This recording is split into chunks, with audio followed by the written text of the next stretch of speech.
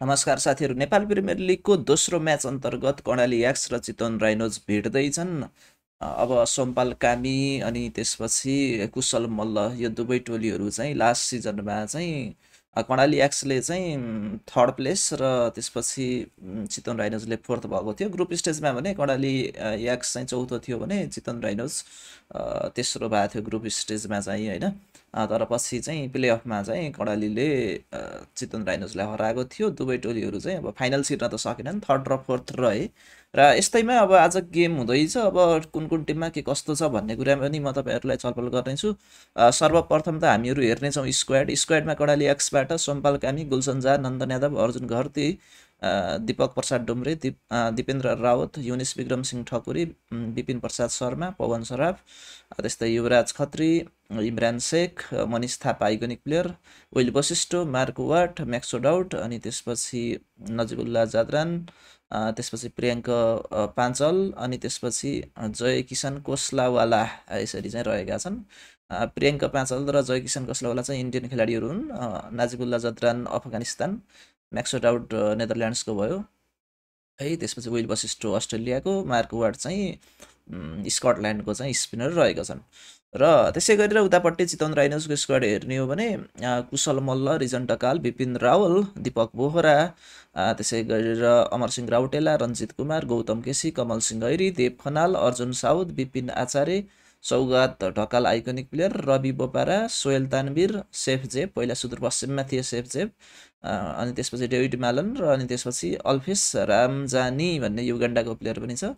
इङ्ल्यान्डको 3जना खेलाडीहरू पनि रहेछन् चितवन राइनोजको स्क्वाडमा है त। अब हामीले एनालाइसिस गर्ने पार्ट के छ भन्दाखेरि चाहिँ अब कुन कुन खेलाडीहरूले के कस्तो खेल्नेछन् भनेर पनि हामीले डिटेल्समा होइन चेक गर्नेछौँ। जस्तो कि अब यहाँनिरबाट कर्णालीमा चाहिँ अब अलराउन्डर अब अफ स्पिन भनेको चाहिँ हाम्रो युनिस विक्रम सिंह ठकुरी छन् होइन। अब मेन स्पिनर भनेको चाहिँ कर्णाली एक्सबाट चाहिँ मार्क वाट रहेका छन् होइन, सोलो लेफ्ट आर्म बलर गर्ने। अनि त्यस्तै विपिन प्रसाद शर्मा पनि रहेका छन् जसले चाहिँ आइकोनिक प्लेयरबाट आएर अहिले सी ग्रेडमा छन् र लास्ट सिजनमा धेरैभन्दा धेरै विकेट्स 13 विकेट्स निकालेका थिए I think last season 1मा।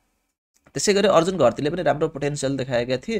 Wicket keeper चाहिँ यहाँनिरबाट जय किसन कोस्लावालाले नै गर्न सक्छ आज चाहिँ। र अर्जुन घरती चाहिँ अब विकेट किपर त हो तर अलिकति यङ्गर जेनेरेसनका भयो नि त, त्यही भएर अलिकति अनुभवी खेलाडी इन्डियन खेलाडीले चाहिँ विकेट किपिङ गर्छ होला। लास्ट टाइम यसले ओपनिङमा पनि राम्रो ब्याटिङ गरेको थियो।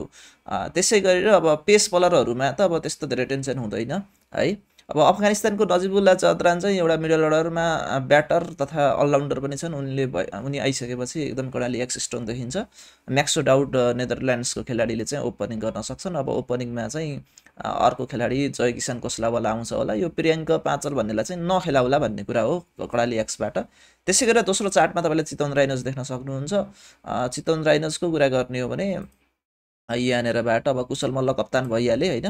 रिजन ढकाल एकदमै राम्रो खेलाडी पनि छन्। अनि दीपक बोहरालाई पनि ओपनरको रूपमा खेलाउन त सक्छ तर आज चितवनको लागि चाहिँ ओपनिङमा खासै त्यस्तो धेरै टेन्सन हुँदैन किनकि टिममा अर्जुन साउदहरू पनि रहेका छन्, देव खनाल रहेका छन्। र अझै मोर इम्पोर्टेन्ट कुरा भनेको चाहिँ यहाँनिरबाट होइन डेभिड म्यालनले चाहिँ यहाँनिरबाट ओपनिङ पनि गर्न सक्छ भन्ने कुरा हो। सेफ जेब जो सुदूरपश्चिममा राम्रो खेलेर प्लेयर अफ द टुर्नामेन्ट भएको खेलाडी पनि यो सिजन 1मा, यो खेलाडी पनि यसमा एड भएको छ। युगान्डाको खेलाडी चाहिँ मेबी आज नखेल्ला भन्ने कुरा हो। 5जना खेलाडीमा 4जना खेलाडी विदेशी चाहिँ पर्नेछन् होइन, भनेपछि युगान्डाको खेलाडी बाहेक अरू सबै खेल्छन् होला। विपिन आचार्य र अनि त्यसपछि दीपक बोहरा मध्ये एकजना खेल्छन् कि भन्ने चाहिँ मेरो अनुमान हो। अमरसिंह राउटेला एकदमै राम्रो अलराउन्डर छन् है, पेस बलिङ गर्छन्। उनी त आज 11मा हुने नै छन्। कमल सिंह ऐरी पनि बलिङ अलराउन्डर छन् है। भनेपछि कर्णालीको टिम पनि स्ट्रङ देखिन्छ। म तपाईँलाई एकचोटि अब रेटिङ पनि देखाउँछु है त। रेटिङबाट हेर्दाखेरि चाहिँ कुन कुन टिमहरू के कस्तो देखिन्छ भनेर चाहिँ म एउटा पावर रेटिङ म आफैले बनाएको एउटा पावर रेटिङ छ। यसमा अब खेलाडी त कम छन् होइन तर पनि सबैजनालाई हामीले पोइन्ट्स यसरी दिँदाखेरि चाहिँ यसरी दिन सकिन्छ। सोमपाल कामी 4.5, गुलसन झा 5, नन्दन यादव 5, अर्जुन घरती 4, है। दीपक डुम्रे 3.5, दिपेन्द्र राउत 3.5, युनिस विक्रम सिंह ठकुरी 3.5, त्यसै गरी विपिन प्रसाद शर्मालाई 4.5 दिन्छु म, पवन सराफलाई 5 दिन्छु, युवराज खत्रीलाई 4 दिन्छु, इमरान शेखलाई 3.5 दिन्छु, मनिष थापा आइकोनिक र यतातिर पनि सौगार ढकाल आइकोनिकलाई 2 दिएको छु, विल वशिष्ठलाई 4.5 दिन्छु, मार्क वाटलाई 4.5, म्याक्सो डाउट नेदरल्यान्डको खेलाडीलाई 5, नजिबुल्ला जादरानलाई पनि 5 दिन्छु, प्रियङ्का पाँचललाई 4 दिन्छु भने जय किसान कोसलावालाई 3.5 दिन्छु है। अब यो चाहिँ अब टोटलमा चाहिँ अब खेलाडी अब बढी छन् नि त 18 जना छन्, 74.5 आएको छ रेटिङ, पावर रेटिङ चाहिँ। त्यसै गरी यतातिर चितवन राइनर्सको खेलाडीहरूमा 4.5, 4.5, 4 है यसरी रहेको छ। अब यसमा चाहिँ 5 ल्याउन सक्नेमा रवि बोपारा, सोहेल तानवीर है, सेफ जेप र डेभिड मालन, यो विदेशी खेलाडीहरू सबैको 5-5 पोइन्ट्स दिन मिल्छ। र एउटा खेलाडी कम हुँदाखेरि पनि 73 पोइन्ट आएको छ पावर रेटिङ चाहिँ। अहिलेको लागि यहाँनिरबाट के अरे कर्णाली एक्स भन्दा के अरे चितवन राइनर्स भन्दा कर्णाली एक्स अलिकति स्ट्रङ देखिए पनि एक्चुअलले चाहिँ जे पनि हुनसक्छ भन्ने कुरा हो गेममा है। चितवन राइनर्सको पनि एउटा प्लेयर हुँदाखेरि पनि टोटल रेटिङ चाहिँ अलमोस्ट सिमिलर जस्तै देखिन्छ, त्यही भएको कारणले गर्दाखेरि होइन यहाँनिरबाट चितवन राइनर्स पनि कम छैन भन्ने कुरा चाहिँ प्रष्ट हुन्छ। हामी प्रोबेबल 11 हेरौँ आज, कर्णाली एक्सको प्लेइङ 11 सम्भावित 11 हेर्ने भने जय किसान कोसलावाला र म्याक्सो डाउटले ओपनिङ गर्न सक्छन्, 2 जना विदेशी खेलाडीले। नम्बर 3 मा चाहिँ अब इमरान शेखलाई खेलाउन सक्छ मेनली, र दिपेन्द्र राउत पनि एउटा अप्सन हुनसक्छ। नजिबुल्लाह जादरान 4थो नम्बरमा, पवन सराफ, अर्जुन घरती यसरी 6 नम्बरसम्म भयो। त्यसपछि गुलसन झा आउन सक्छन्, विल वशिष्ठ अथवा मार्क वाटलाई पनि यहाँनिरबाट विदेशी खेलाडीको रूपमा यहाँ हाल्न सक्छ है। अनि त्यसपछि अब विल वशिष्ठको सम्भावना ज्यादा छ, मार्क वाट चाहिँ बेन्च नै हुन पनि सक्छन्। र अनि त्यसपछि सोमपाल कामी, नन्दन यादव र विपिन प्रसाद शर्मालाई चाहिँ यसरी खेलाउन सक्छ। आजको कर्णाली एक्सको चाहिँ प्लेइङ 11 हो। तपाईँलाई कर्णाली एक्सको प्लेइङ 11 कस्तो लाग्यो भनिदिनु होला। त्यसै गरी म तपाईँलाई चितवन राइनर्सको पनि प्रोबेबल 11 देखाउँछु। चितवन राइनर्सको देव खनाल, डेभिड मालनले चाहिँ आज यहाँनिरबाट ओपनिङ गर्न सक्छन्, अर्जुन साउद विकेट किपर रहन सक्छन्, रवि बोपारा, कुशल मल्ल, अमर सिंह राउटेला यसरी 6 नम्बरसम्म भयो। सेफ जेब उतातिर इङ्ल्यान्डको खेलाडी, अनि विपिन आचार्य अथवा दीपक बोहरा, कमल सिंह गैरी, सोहेल तानवीर र रिजन ढकाल। यसरी हेर्दाखेरि चाहिँ अब कमल सिंह गैरीसम्म चाहिँ एउटा ब्याटिङ डेप्थ देखिन्छ। ब्याटिङ डेप्थ पक्कै पनि छ, हिजो जसरी काठमाडौँ गोर्खाजले हराएको थियो होइन, काठमाडौँ गोर्खाजले जनकपुर बोल्ट्सलाई हराएको थियो, त्यस्तै चितवन राइनर्सको पनि ब्याटिङ डेप्थ देखिन्छ।